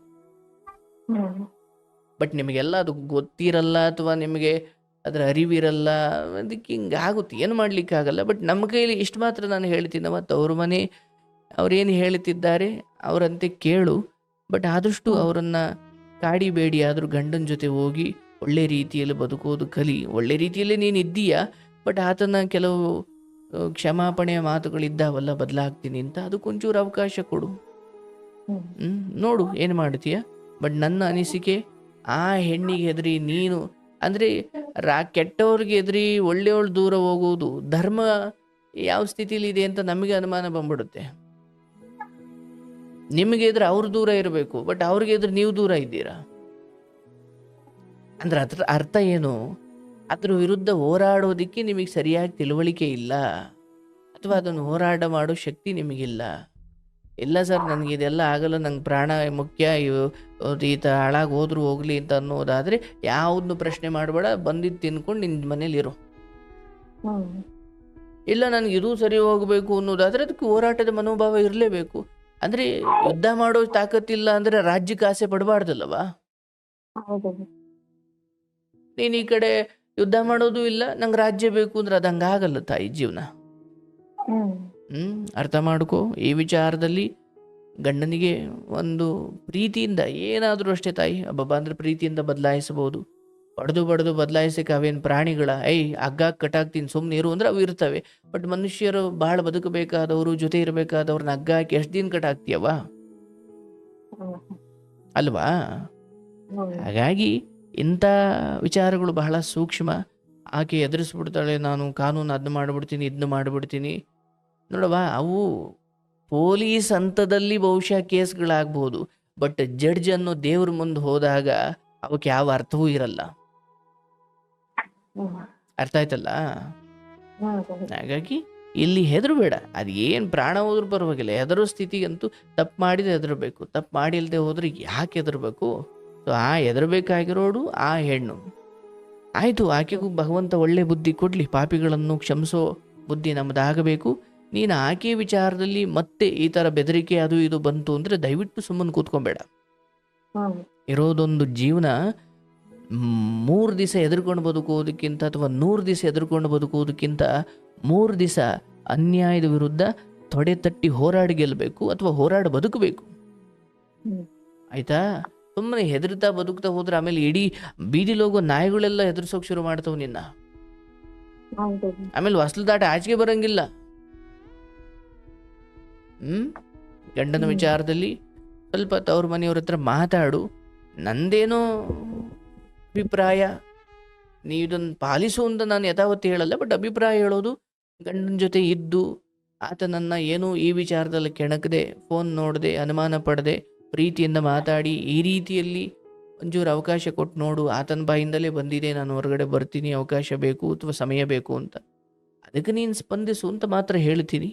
ನೋಡವ, ಅದನ್ನು ಮೀರಿ ಮತ್ತೆ ಆ ಕಡೆಯಿಂದ ಜೀವ ಬೆದರಿಕೆ ಬರೋದು, ಅದು ಬರೋದು, ಇದು ಬರೋದು, ಅವಕ್ಕೆಲ್ಲ ನೀವು ಕಾನೂನಾತ್ಮಕವಾಗಿ ಹೋಗಿ ಬೆಂಡೆತ್ತಿಸ್ಬೇಕು.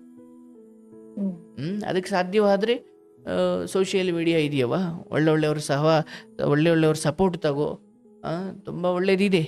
ಇಲ್ಲ ನನಗಿದು ಯಾವುದು ಬೇಡ ಸರ್, ಈ ಸಂಘರ್ಷ ನಮ್ಮಂಥವ್ರಿಗಲ್ಲ ಅನ್ನೋದಾದರೆ ನಿನ್ನ ಪಾಡಿಗೆ ಮಕ್ಕಳು ನೋಡಿಕೊಂಡು, ಗಂಡ ತಂದಾಕಿದ್ದನ್ನು ಮಕ್ಕಳು ಅತ್ತೆಗೆಲ್ಲ ಮಾಡಿಕೊಂಡು ನಿನ್ನ ಪಾಡಿಗೆ ಜೀವನ ಮಾಡ್ಕೊ. ನೆಮ್ಮದಿ ಮುಖ್ಯ ತಾಯಿ. ಅಂತಿಮವಾಗಿ ಗಂಡನನ್ನು ನೀನು ಬಯಸ್ತಾ ಇರೋದು, ಎಲ್ಲ ಸರಿ ಇರಬೇಕು ಅಂತಿರೋದು ನೆಮ್ಮದಿಗೋಸ್ಕರನೇ. ಸೊ ಹಾಗಾಗಿ ನನ್ನ ನೆಮ್ಮದಿ ಹಾಳು ಮಾಡೋ ವಿಚಾರ ಏನು ಅಂತ ಕಂಡುಕೋ. ಓಹೋ, ಇಲ್ಲಿದೆ ನಾನು ನೆಮ್ಮದಿ ಹಾಳು ಮಾಡ್ತಿರೋದು ಅಂದಾಗ, ಅಂದರೆ ಅದರ ಮೂಲ ಎಲ್ಲಿ ಮುಳ್ಳು ಚುಚ್ಚಿದೆ, ನೋವು ಕೆಲವೊಮ್ಮೆ ಕಾಲೆಲ್ಲ ನೋವು ಬರುತ್ತೆ ಮುಳ್ಳು ಚುಚ್ಚಿದಾಗ, ಜಾಸ್ತಿ ಹೊತ್ತಾದಾಗ.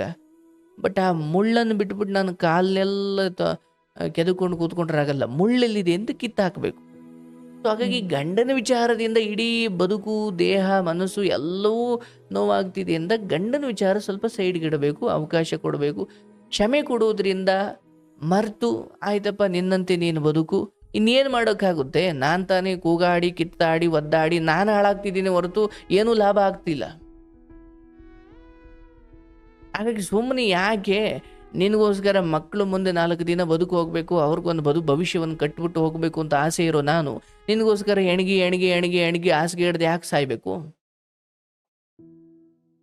ಕೆಲವೊಮ್ಮೆ ಇಂಥ ಗಟ್ಟಿ ನಿರ್ಧಾರ ಮಾಡದೆ ಹೋದರೆ ಅಟ್ಲೀಸ್ಟ್ ಗಂಡನಿಗ ಹೆಂಡತಿಯಾಗಿ ಅಲ್ಲದೆ ಹೋದ್ರು ಮಕ್ಕಳಿಗೆ ತಾಯಿಯಾಗಾದ್ರೂ ಜೀವಂತವಾಗಿರ್ಬೇಕಲ್ಲವಾ, ಅಲ್ವಾ? ಅಷ್ಟು ಮಾಡು. ಮತ್ತೆ ಆ ರೀತಿ ಏನು ಗದ್ದಲ ಬರಲ್ಲ. ಏನೋ ಎದುರಿಸೋದಿಕ್ಕೆ ಒಂದು ಪ್ರಯತ್ನ ಮಾಡಿರ್ತಾರೆ, ಅದಕ್ಕೆ ನೀನು ಎದುರ್ಕೊಂಡು ಓಡಿರ್ತೀಯ, ಎದುರುಬೇಡವಾ. ತವ್ರ ಮನೆಯವರು ಒಂದು ವೇಳೆ ಇಲ್ಲೇ ಇದ್ಬಿಡು, ನಾವೆಲ್ಲ ವ್ಯವಸ್ಥೆ ಮಾಡಿಕೊಡ್ತೀವಿ, ಇನ್ನು ಅಲ್ಲಿಗೆ ಹೋಗೋದೇ ಬೇಡ, ಆ ಮಟ್ಟಿಗೆ ಹೇಳ್ತಾರೆ ಅಂದರೆ ಅದಕ್ಕೊಂದು ಬೇರೆದೇ ರೀತಿಯ ಅಂತಿಮ ಆಗಬೇಕೆ ಹೊರತು ಸುಮ್ಮನೆ ಇವ್ರಿಲ್ಲಿ ನೀವು ಅಲ್ಲಿದ್ರೆ ಅದಕ್ಕೆ ಅರ್ಥವಿಲ್ಲ. ಆಗ್ಲವ, ನಿನಗೆ ಒಳ್ಳೇದಾಗಲಿ. ತುಂಬ ಎಚ್ಚರಿಕೆಯಿಂದ ಹೆಜ್ಜೆ ಇಡು, ಮತ್ತು ಯಾರಿಗೂ ಹೆದರು ಬೇಡ. ಆ್ಯಂಡ್ ಹೆದರಿಸೋರು ತುಂಬ ಜನ ಇರ್ತಾರೆ. ಎದುರಿದ್ದೀನಿ ಅಂತ ನೀನು ತೋರಿಸ್ಕೊಂಡು ತವ್ರ ಮನೆಗೋಡು ಆಗ್ಬೋದು, ಅವ್ರಿಗೆ ನೀನೇ ಆಸೆ ಕೊಟ್ಟಂಗೆ ಆಗುತ್ತೆ. ನಾನೊಂದು ತಿಂಗಳಿಂದ ನಿಮ್ ಪ್ರೋಗ್ರಾಮ್ ಎಲ್ಲ ನೋಡ್ತಾ ಇದ್ದೀನಿ ಗುರುಗಳೇ. ನನಗೆ ಇವತ್ತು ನಿಮ್ ಕಾಲ್ ಸಿಕ್ಕಿದ್ದು ಏನೋ ಅದೃಷ್ಟ ಅನ್ನಿಸ್ತಾ ಇದೆ. ಇರ್ಲವಾ, ಬಹುಶಃ ಪಾಪ ನೀವು ಆ ಸ್ಥಾನದಲ್ಲಿ ಎಷ್ಟು ನೊಂದಿರ್ತೀರಿ, ಅದು ಎಷ್ಟು ಕಷ್ಟ. ಒಬ್ಬ ಹೆಂಡತಿಯಾಗಿ ಪರಸ್ತ್ರೀಯಿಂದ ನನ್ನ ಗಂಡ ಈ ಸ್ಥಿತಿಗೆ ಹೋಗ್ತಾ ಇರೋದು, ಅಥವಾ ಆತನಿಂದ ಇಡೀ ವಯಸ್ಸಾಗಿರೋ ಅತ್ತೆ ಮಾವನ್ನ ಅರಳೋದು ಆ ಮನೆಗಂತೂ ಒಳ್ಳೇದಾಗಲ್ಲವಾ, ಆಯ್ತಲ್ಲ? ಯಾಕಂದರೆ ಹಿರಿಯ ಜೀವಿಗಳ ಅಂದರೆ ಒಡೆಯೋಕೆ ಹೋಗೋದು ಅನ್ನೋದು ಇದೆಯಲ್ಲ, ಅದಿಂದ 7 ತಲೆಮಾರು ಅದನ್ನ ಅನುಭವಿಸ್ಬೇಕಂತೆ. ಅದಕ್ಕೆ ನಮ್ಮಲ್ಲಿ ಏನು ಹೇಳೋರು ಗೊತ್ತಾ ಗುರುಗಳು, ಯಾರಾದರೂ ಮನೇಲಿ ಒಬ್ಬ ಮೊಮ್ಮಗನೋ ಮಗನೋ ಯಾರೋ ಒಬ್ಬ, ಎಲ್ಲ ಒಳ್ಳೆ ಪುಣ್ಯಾತ್ಮರು ಇರ್ತಾರೆ, ಒಬ್ಬ ಮಾತ್ರ ಅಪ್ಪ ಅಮ್ಮಂಗೆ ಹೊಡಿಯೋಕೆ ಹೋಗೋದು, ಅಜ್ಜಿ ತಾತ ಏನು ಹೇಳಿದ್ರು ಅಜ್ಜಿ ತಾತಂಗೆ ಹೊಡಿಯೋಕೆ ಹೋಗೋದು, ಸರಿ ಮಾಡೋ ಪ್ರಯತ್ನ ಮಾಡಬೇಕಂತೆ. ಆದರೆ ಒಂದು ವಿಚಾರ ಹೇಳ್ತಾರೆ, ಅವನು ಯಾವಾಗ ಅಪ್ಪ ಅಮ್ಮ ಮತ್ತು ಅಜ್ಜಿ ತಾತನ ಮೇಲೂ ಕೈ ಮಾಡುವಷ್ಟು ಕೆಟ್ಟವನಾದ್ನೋ, ಅವನಿಂದ ಮುಂದಿನ ಅದೇ ವಂಶದ ಮುಂದಿನ 7 ತಲೆಮಾರು ಅಂಥದ್ದೇ ಕೆಟ್ಟ ಸಂತಾನಗಳು ಹುಟ್ಟುತ್ತವೆ ಅನ್ನೋ ಭಯದಲ್ಲಿ ಅವನೊಬ್ಬನನ್ನು ತ್ಯಜಿಸಿಬಿಡ್ತಿದ್ರಂತೆ. ಅಂದ್ರೆ ಒಬ್ಬನಿಂದ 7 ತಲೆಮಾರು ದುಃಖ ಅನುಭವಿಸೋದು ಬೇಡ ಅಂತ ಈಗ ಒಬ್ಬನನ್ನು ತ್ಯಜಿಸೋದ್ರಿಂದ ಆ ದೊಡ್ಡ ದುರಂತ ತಪ್ಪುತ್ತೆ ಅಂದ್ರೆ ಸರಿ ಮಾಡೋ ಪ್ರಯತ್ನ ಮಾಡೋರಂತೆ. ಅದನ್ನು ಮೀರಿ ಬುದ್ಧಿ ಹೇಳಿದ್ರೆ ಅಜ್ಜಿ ತಾತಂಗೆ ಹೊಡೆದು ಕಣ್ಣೀರು ಹಾಕ್ಸಿಬಿಡೋದು. ಅಂದ್ರೆ ಆ ಹಿರಿಯರ ಕಣ್ಣೀರು ಇದೆಯಲ್ಲ, ಏನೋ ತಪ್ಪು ಮಾಡದೆ ಬುದ್ಧಿ ಹೇಳಿದ್ದಕ್ಕೆ ವಯಸ್ಸಾದ ಕಾಲದಲ್ಲಿ ಪೆಟ್ಟು ತಿಂದು ಮೂಲೆಯಲ್ಲಿ ಕೂತ್ಕೊಂಡು ಅಸಹಾಯಕರ ಕಣ್ಣೀರು ಹಾಕೋದಿದೆಯಲ್ಲ, ಇದು ಸುಟ್ಟಾಕ್ಬಿಡುತ್ತೆ ಮನೆಗಳನ್ನ. ಅದಕ್ಕೆ ನೀನು ಗರ್ತಿಯಾಗಿ ಏನು ಮಾಡಬೇಕು, ಓಹೋ ಗಂಡನಿಂದ ಇಲ್ಲಿ ಹಿರಿ ಜೀವಿಗಳು ಇಲ್ಲಿ ನೋವು ಹಾಕಿದ್ರೆ ಪ್ರತ್ಯಕ್ಷವಾಗಿ ಪರೋಕ್ಷವಾಗಿ ನನ್ನ ಮಕ್ಕಳ ನಾಳೆಗಳಿಗೂ ಅದು ಪೆಟ್ಟು ಕೊಡುತ್ತೆ. ಹಾಗಾಗಿ ಅತ್ತೆ ಮಾವನ ಹತ್ರ ನಾನೇ ಮಾತಾಡಬೇಕು, ಏನೂ ಕೇಳಬೇಡಿ, ನಾನು ಏನೂ ಕೇಳಲ್ಲ, ನಮ್ಮ ಪಾಡಿಗೆ ನಾವು ಇರೋಣ, ಆತ ಏನು ಮಾಡ್ತಾನೆ ಮಾಡ್ಕೊಳ್ಳಿ. ಯಾಕಂದ್ರೆ ಕೇಳಿದ್ರೆ ತಾನೇ ಹೊಡಿಯೋಕೆ ಬರೋದು. ಮತ್ತೆ ಆತ ಹೊಡಿಯೋಕೆ ಬಂದು ನೀವು ಕಣ್ಣೀರು ಹಾಕಿ ಅದು ಈ ಮನೆಯನ್ನು ನಾಶನ ಮಾಡೋದು ಬೇಡ. ಹಾಗಾಗಿ ಗಂಡನ ವಿಚಾರದಲ್ಲಿ ಸ್ವಲ್ಪ ಮುಂದಿನ 2025 ಏಪ್ರಿಲ್ವರೆಗೂ ನೀನು ಈ ವಿಚಾರವನ್ನು ಕೆಣಕೋಕೆ ಹೋಗೋದು. ಆದರೆ ಅವರಿಂದ ಬೆದರಿಕೆ ಅದು ಇದು ಬಂದರೆ ಖಂಡಿತ ನೀನು ಪೊಲೀಸ್ನವ್ರಿಗೆ ಮುಟ್ಸಿರ್ಬೇಕು. ನಾಳೆ ಇನ್ನೇನೋ ಆದಾಗ ನಿನ್ನ ಮೇಲೆ ಬರುತ್ತೆ, ಆಮೇಲೆ ನೀನು ಯಾಕೆ ಹೇಳಿರಲಿಲ್ಲ ಅಂತ. ಅಂಥವ್ರನ್ನು ಬಿಡಬಾರ್ದವ. ಅಂಥ ಕಾನೂನನ್ನು ದುರುಪಯೋಗ ಮಾಡ್ಕೊಳ್ಳೋರನ್ನು ಬಿಡಬಾರ್ದು. ಹೋರಾಟ ಮಾಡಿ ಅವ್ರಿಗೂ ಓಹೋ ಎದುರಿಸಿದ್ರೆ ಎದುರ್ಕೊಳ್ಳೋರಲ್ಲಪ್ಪ ಅನ್ನೋ ಭಯ ಇರಬೇಕು ಅವ್ರಿಗೆ. ಅನ್ಯಾಯ ಮಾಡಿದವ್ರಿಗೆಲ್ಲ ನ್ಯಾಯದಲ್ಲಿರೋರು ಎದುರ್ಕೊಂಡು ಹೋಗ್ಬಿಟ್ರೆ ಏನಾಗಬೇಕು ಲೋಕದ ಕತೆ. ಹಂಗಾಗಬಾರ್ದು. ಧೈರ್ಯವಾಗಿರವ. ದೇವ್ರು ಎಲ್ಲದಕ್ಕೂ ದಾರಿ ಮಾಡ್ತಾನೆ, ಯಾವುದಕ್ಕೂ ತಲೆ ಕೆಡಿಸ್ಕೊಳ್ಬೇಡ. ಗಂಡನ್ನ ಥರನೇ ನಂಬಿಕೆ ಇಟ್ಕೊಂಡು, ಇಲ್ಲ ಗಂಡ ಎಲ್ಲ ಒಳ್ಳೆ ರೀತಿಯಲ್ಲಿ ಇದ್ದಾನೆ ಅನ್ನೋ ನಂಬಿಕೆಯಲ್ಲೇ ಇರು, ಕ್ಷಮಿಸು. ಇನ್ನೊಂದು 4-5 ತಿಂಗಳಾದ್ಮೇಲೆ ಎಲ್ಲ ಸರಿ ಹೋಗುತ್ತೆ. ನಿನಗೆ ಶುಭವಾಗ್ಲವ.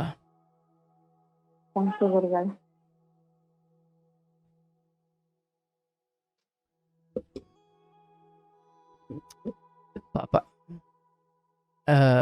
ನೋಡಿ, ದಯವಿಟ್ಟು ಈ ರೀತಿ ನಮಗೆ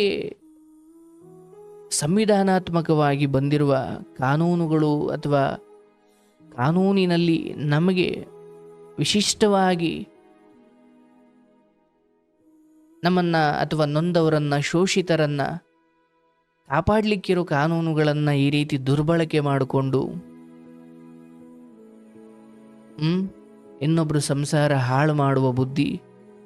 ನನ್ನ ಸಂಸಾರ ಹಾಳಾಯಿತು ಹಾಗಂತ ಇನ್ನೊಂದು ಸಂಸಾರನೂ ನಾನು ಹಾಳು ಮಾಡ್ತೀನಿ. ಸುಖದ ಹಿಂದೆ ಬಿದ್ದಾಗ ಇವು ಯಾವುದು ಲೆಕ್ಕಕ್ಕೆ ಬರಲ್ಲ. ಹಾಗಂತ ಕರ್ಮಗಳು ಮರೆಯಲ್ಲ. ಇವೆಲ್ಲವನ್ನು ಅನುಭವಿಸ್ಲೇಬೇಕಾಗುತ್ತೆ. ನಿನಗೆ ಒಳ್ಳೇದಾಗ್ಲವ. ನನಗನ್ಸುತ್ತೆ SC/ST ಅಂತ ಬಹುಶಃ ಸಂವಿಧಾನಾತ್ಮಕವಾಗಿ ಅಂಥದ್ದೊಂದು ಪದ ಬಳಕೆ ಆಗಿದೆ. ನನಗೆ ನಂಬಿಕೆ ಇದೆ ಕಾನೂನಿನಲ್ಲಿ ಅವತ್ತಿನಿಂದ ಶೋಷಣೆಗೊಳಗಾಗಿ ಬಂದಿರುವ ಆ ವರ್ಗದ ಜನರಿಗೆ ಸಮಾಜ ಎಲ್ಲ ರೀತಿಯ ಗೌರವಗಳನ್ನು ನೀಡಬೇಕು, ಸ್ಥಾನಮಾನಗಳನ್ನು ನೀಡಬೇಕು. ಆದರೆ ಅದೇ ಕಾನೂನುಗಳ ನೆಪ ಇಟ್ಟುಕೊಂಡು ದುರ್ಬಲರನ್ನು ಅಥವಾ ಇನ್ಯಾರೋ ನಿರಪರಾಧಿಗಳನ್ನು ಅಥವಾ ಮುಗ್ಧರನ್ನು ಆಟ ಆಡಿಸ್ತೀನಿ ಅನ್ನೋ ಮನಸ್ಥಿತಿ ಇರೋರು ಅದೇ ಪಂಗಡದಲ್ಲಿ ದೊಡ್ಡವರು ಕಿವಿಗೆ ಬಿದ್ದರೆ, ನಮಗೆ ಕಾನೂನು ಕೊಟ್ಟಿರೋದು ಮಹನೀಯರ ಅಂಬೇಡ್ಕರ್ ಅವರು ಅಥವಾ ಅವತ್ತಿನ ಅಥವಾ ನಮ್ಮ ದೇಶ ನಮಗೆ ಈ ಕಾನೂನು ಕೊಟ್ಟಿರೋದು ನಮಗೆ ಮೇಲಿನವರು ಅಥವಾ ಯಾರೋ ಉಳ್ಳವರು ಅಥವಾ ಯಾರೋ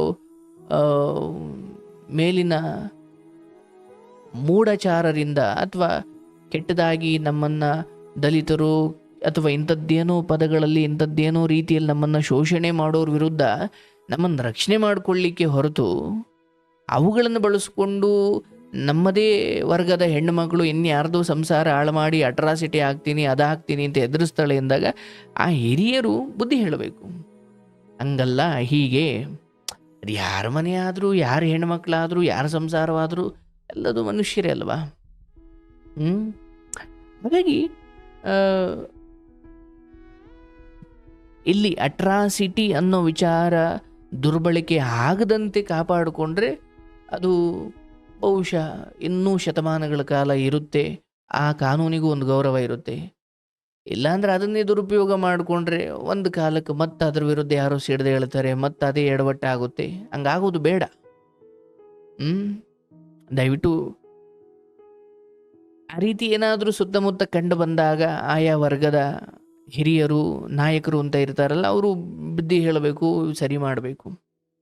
ಇರಲಿ, ಹೆಣ್ಮಕ್ಳ ದುಃಖಕ್ಕೆ ಮರುಗುವ ಮನಸ್ಸುಗಳು. ಯಾಕಂದರೆ ಯಾರನ್ನ ದಲಿತರು ಅಂತಾರೆ, ಅವ್ರು ನೋಡಿರೋ ಕಷ್ಟ ಯಾರು ನೋಡಿದ್ದಾರೆ? ಅವ್ರಿಗೆ ಗೊತ್ತಿರುತ್ತೆ ಈ ಕಷ್ಟಗಳು, ಈ ಮನೆಯಲ್ಲಿ ಗಂಡ ಅಥವಾ ಗಂಡ ಸರಿ ಇಲ್ಲ ಕುಡ್ಕೊಂಡು ಬರ್ತಾನೆ, ಇವೆಲ್ಲ ಆಗಿನ ಕಾಲದಿಂದ ಅವರೆಲ್ಲ ಅನುಭವಿಸ್ಕೊಂಡು ಬಂದಿರೋದ್ರಿಂದ ಆ ವರ್ಗದವರಿಗೆ ಗೊತ್ತು ಕಷ್ಟ ಅಂದ್ರೇನು, ಹಸಿವು ಅಂದ್ರೇನು. ಮನೆಯಲ್ಲಿ ಒಬ್ಬ ತಂದೆ ಸರಿ ಇಲ್ಲ ಅಂದರೆ, ಮಕ್ಕಳು ಕೆಟ್ಟ ದಾರಿ ಹಿಡಿದ್ರೆ, ತಂದೆ ಕೆಟ್ಟ ದಾರಿ ಹಿಡಿದ್ರೆ ಇದೆಲ್ಲ ಏನಾಗುತ್ತೆ ಪಾಪ ಅವರಿಗೆಲ್ಲ ಗೊತ್ತು. ಹಾಗಾಗಿ ಅದೇ ವರ್ಗದಲ್ಲಿ ಈ ರೀತಿ ಯಾವುದೋ ಒಂದು ಹೆಣ್ಮಗಳು, ಅದೇ ವರ್ಗದಲ್ಲಿ ಅಂತಲ್ಲ, ಸಮಾಜದ ಯಾವ ಪಂಗಡದ ಯಾವ ಜಾತಿಯ ಯಾವ ಹೆಣ್ಮಗಳಾದರೂ ಅಷ್ಟೇ, ತಾನು ಒಂಟಿ ಇದ್ದೀನಿ, ತನಗೆ ಗಂಡ ಇಲ್ಲ ಅಥವಾ ತನ್ನ ಸಂಸಾರ ನೆಟ್ಟಗಿಲ್ಲ ಅಂದ್ಕೊಂಡು ಚೆನ್ನಾಗಿರೋ ಇನ್ನೊಬ್ಬ ಪುರುಷನನ್ನು ಬುಟ್ಟಿಗೆ ಹಾಕ್ಕೊಂಡು ಇನ್ನೇ ಅವ್ರ ನೆಮ್ಮದಿ ಹಾಳು ಮಾಡಿ, ಪುರುಷರಿಗೂ ಅಥವಾ ಹೋಗೋರ್ಗೂ ಬುದ್ಧಿ ಇರಬೇಕು. ಬಟ್ ಒಂದು ವೇಳೆ ಆಯಿತು ಗಂಡನನ್ನು ಬೊಟ್ಟಿಗೆ ಹಾಕ್ಕೊಂಡೆ ಅಥವಾ ಇನ್ನೇನೋ ಮಾಡಿದೆ, ಅದು ಒಂದು ಕಡೆ. ಇಲ್ಲಿ ನೆಮ್ಮದಿಯಾಗಿರೋ ಈ ಹೆಣ್ಣಿಗೂ ಫೋನ್ ಮಾಡಿ ಕೇಸ್ ಹಾಕ್ಸ್ತೀನಿ, ಅದು ಹಾಕ್ಸ್ತೀನಿ, ಇದು ಹಾಕ್ಸ್ತೀನಿ ಅನ್ನೋದು ಇವೆಲ್ಲ ಬದುಕೋ ದಾರಿ ಅಲ್ಲ, ಅಥವಾ ಇವೆಲ್ಲ ತುಂಬ ದಿನ ನಡೆಯೋ ವಿಚಾರಗಳಲ್ಲ. ಹಾಗಾಗಿ ಅದೇ ತಪ್ಪು ಮಾಡಿರೋರು ಸಾಮಾನ್ಯವಾಗಿ ಎದುರಿಸೋ ಪ್ರಯತ್ನ ಮಾಡ್ತಾರಲ್ಲ, ಧರ್ಮದಲ್ಲಿರೋರು ಯಾವತ್ತು ಅಥವಾ ಸತ್ಯ ಧರ್ಮವನ್ನು ಅದನ್ನೇ ವ್ರತದ ರೀತಿಯಲ್ಲಿ ಬದುಕ್ತಿರೋರು ಯಾರೂ ಕೂಡ ಅಂಥವ್ರಿಗೆ ಎದುರೋ ಅವಶ್ಯಕತೆ ಇಲ್ಲ. ನಿನಗೆ ಒಳ್ಳೇದಾಗ್ಲವ, ಆದಷ್ಟು ನಿನ್ನ ಸಂಸಾರದ ವಿಚಾರದಲ್ಲಿ ಇನ್ನಷ್ಟು ಕ್ಷಮೆಯ ದರಿದ್ರಿ ಆಗು, ನನಗೆ ಅರ್ಥವಾಗುತ್ತೆ ಎಷ್ಟು ನೋವು ತಿಂದಿದ್ದೀಯ ಗಂಡನ ವಿಚಾರದಲ್ಲಿ ಅಂತ, ಇನ್ನೊಂಚೂರು ಕ್ಷಮೆಯ ದರಿದ್ರಿ ಆಗು, ಏನೋ ಒಳ್ಳೇದಾಗ್ಬೋದೇನೋ. ನಿನ್ನ ಮಕ್ಕಳಿಗೆ ಒಳ್ಳೇದಾಗಲಿ, ನಿನ್ನ ಗಂಡನಿಗೂ ಒಳ್ಳೇದಾಗಲಿ, ಆ ಹೆಣ್ಮಗಳಿಗೂ ಒಳ್ಳೇದಾಗಲಿ, ಎಲ್ಲರಿಗೂ ಭಗವಂತ ಸದ್ಬುದ್ಧಿ ಕೊಡಲಿ. ಭಗವಂತನನ್ನು ನಂಬು ತಾಯಿ, ಅವನ ಪಾದಚರಣಗಳಿಗೆ ಬೀಳು, ಅವನು ಏನು ಕೊಡ್ತಾನೋ ಅದನ್ನು ಸ್ವೀಕರಿಸು. ಅತಿಯಾಗಿ ಯಾವುದಕ್ಕೂ ಆಸೆ ಬೀಳಬೇಡ, ಯಾರನ್ನು ತೀರಾ ಕಾಲಿಗೆ ಬಿದ್ದು ಸರಿ ಮಾಡ್ಲಿಕ್ಕೆ ಹೋಗಬೇಡ. ಹಿಂಗಲ್ಲ ಹಿಂಗೆ ಅಂತ ತಿಳುವಳಿಕೆ ಕೊಡು. ಅದನ್ನು ಮೀರಿಯೋದನ್ನು ಮುಂದುವರಿಸ್ತಾವ್ರೆ ಅಂದರೆ ಅದು ಕರ್ಮದ ಹೊಡೆತ, ಕಾಲದ ಮಹಿಮೆ, ಏನು ಮಾಡಲಿಕ್ಕಾಗಲ್ಲ. ಶುಭವಾಗಲಿ ತಾಯಿ, ನಿನಗೆ ಒಳ್ಳೇದಾಗ್ಲವಾ.